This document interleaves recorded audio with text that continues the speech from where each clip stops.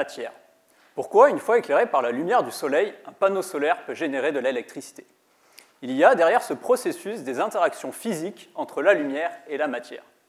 Mais comment étudier ces interactions physiques? Elles sont si rapides que même les meilleurs instruments électroniques ne peuvent les détecter. Mon projet de recherche doctorale vise donc à mettre en place un système pouvant aider les physiciens et les physiciennes à mieux comprendre et mieux étudier ces interactions. Concrètement, je mets en place un système capable de prendre des images de manière extrêmement rapide. Dans ma recherche, j'utilise une lumière un petit peu spéciale, la lumière terahertz, qui va m'aider pour étudier ces interactions. Cette lumière est très intéressante car elle va permettre de différencier la signature qui est propre à un bon nombre de ces interactions. Mais contrairement à la lumière qui nous éclaire aujourd'hui, la lumière terahertz nous est invisible, un petit peu comme la lumière ultraviolette ou encore la lumière infrarouge. Laissez-moi à présent vous éclairer un petit peu plus sur le fonctionnement de mon dispositif. Le premier élément clé de mon dispositif, c'est une source de lumière terahertz extrêmement lumineuse.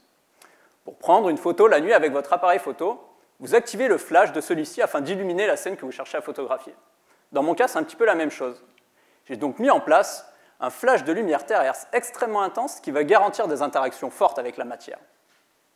À présent, comment visualiser et étudier ces interactions? C'est ici qu'intervient le deuxième élément clé de mon système, une caméra terahertz extrêmement rapide. Vous avez peut-être déjà fait l'expérience sur une piste de danse de la lumière stroboscopique, ces flashs de lumière répétés qui permettent de décomposer les mouvements rapides d'un danseur. Mon système fonctionne un petit peu de la même manière. Je viens mesurer de manière extrêmement précise la lumière terahertz avec les flashs successifs d'un laser.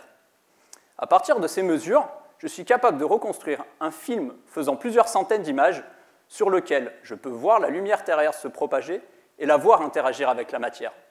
Fascinant, non? Ce qu'il est encore plus, c'est qu'à partir de ce film, je peux mettre en couleur l'invisible. Revenons-en à notre appareil photo. Lorsque vous prenez une photographie d'un objet en couleur, cette photo que vous obtenez est en réalité la superposition de 3 photos. Une image bleue superposée à une image rouge superposée à une image verte. Vous avez donc accès à l'information de seulement 3 couleurs.